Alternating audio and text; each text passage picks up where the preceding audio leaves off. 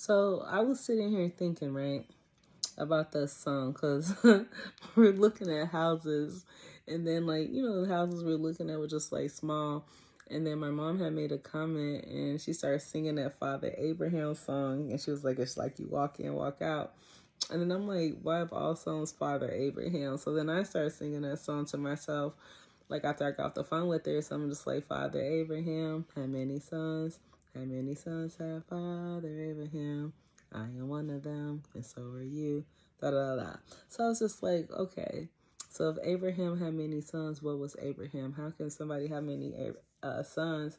And then in church we're singing like, "I am one of them, and so are you," and la la la.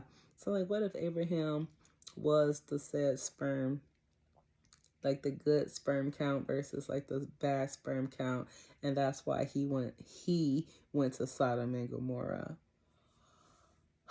A lot of stuff be opening up in my head, but as I'm thinking about that, just like Abraham and going to Sodom and Gomorrah, spirits start talking to me, right? And like they always talk to me, and I love them for that too. So then they was like, you uncover a layer of, when I was saying like the mark of the beast is money, was like, but think about it, you wear the beast. And I said, how do I wear the beast? And then I start thinking again, the skin. So I'm like, okay, we wear skin, so that means everybody wears the beast. And they said correct. And what else were we talking about? And then it was like, okay, then it was like, think about how the Bible says sin devoured the earth, skin covered 70% of the body. And I'm just like, wow, thank you. Thank you for that. So then I was thinking about skin, sin. I said, well, if they took the K out of skin to make sin, what if they took the S out of skin to make kin? This is just where my head's going. So then again, I just started writing. So it says, you don't know my name because you don't yet know yours. You don't know my face, and you'll never see me because you don't know yours. You deny yourself that you were made of the beast, but I tell you that you were made of this world. You were made of the beast, and you wear the beast every day.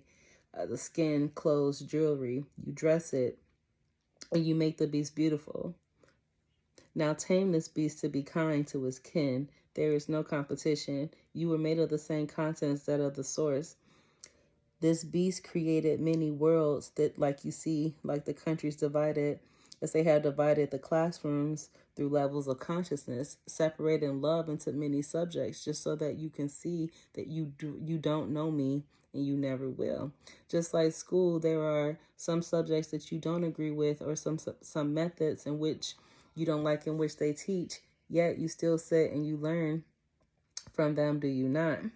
You internalize, you process, you learn, you move on to the next subject. Had it been a good experience, you'll say, man, I don't mind doing this again.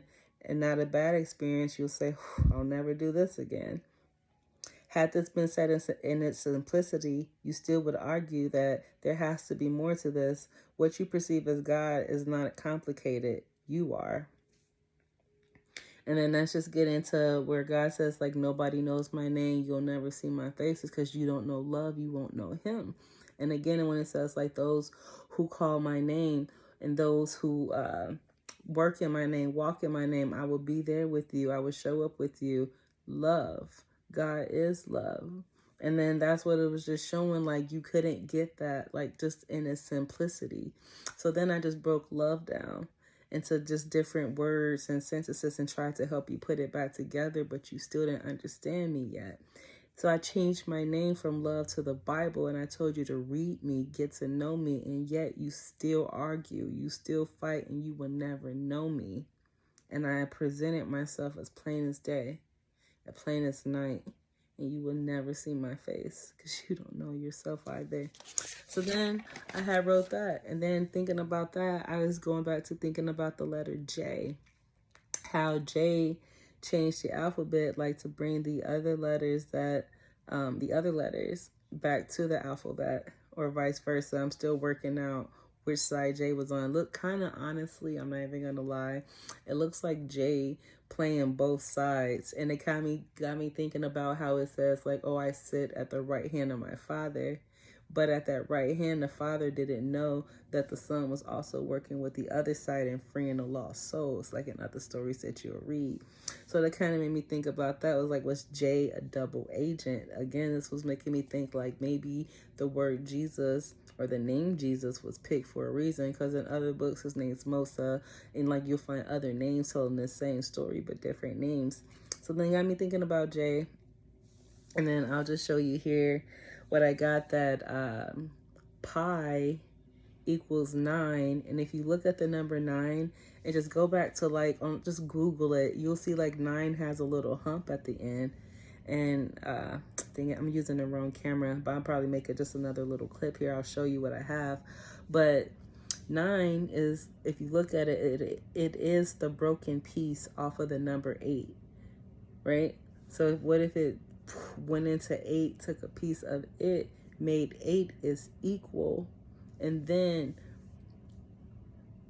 went on to 10, or repeated the cycle or made itself 10 and then went back instead of going forward? You know what I'm saying? But that's where my mind is working with that. And then I'll just show you too. I'll just make this other one here so I can show you. All right, so this is what I have. That if you look at the number 9, like how it used to be written, and it kind of does look like a G. But then it also, if you take the piece right there off of the number 8, 8 will be 9's equal. So then I'm like, okay, so I wrote down a number 9. So if the circle is 360, that's half of a circle. I just added the two together. And then that's how I just got 9, 5 plus 4. So then G is the 7th letter in the alphabet. But I just have G right here because that looks like a G. And then, boom. So then I just did like my little cross multiplying ing, and then you got your negative. So I flipped them, da da da. So then 9 times 7, and you add those up, you get 63. Again, you get 9. And then you add up G and I, you get 16. So then I'm like, okay.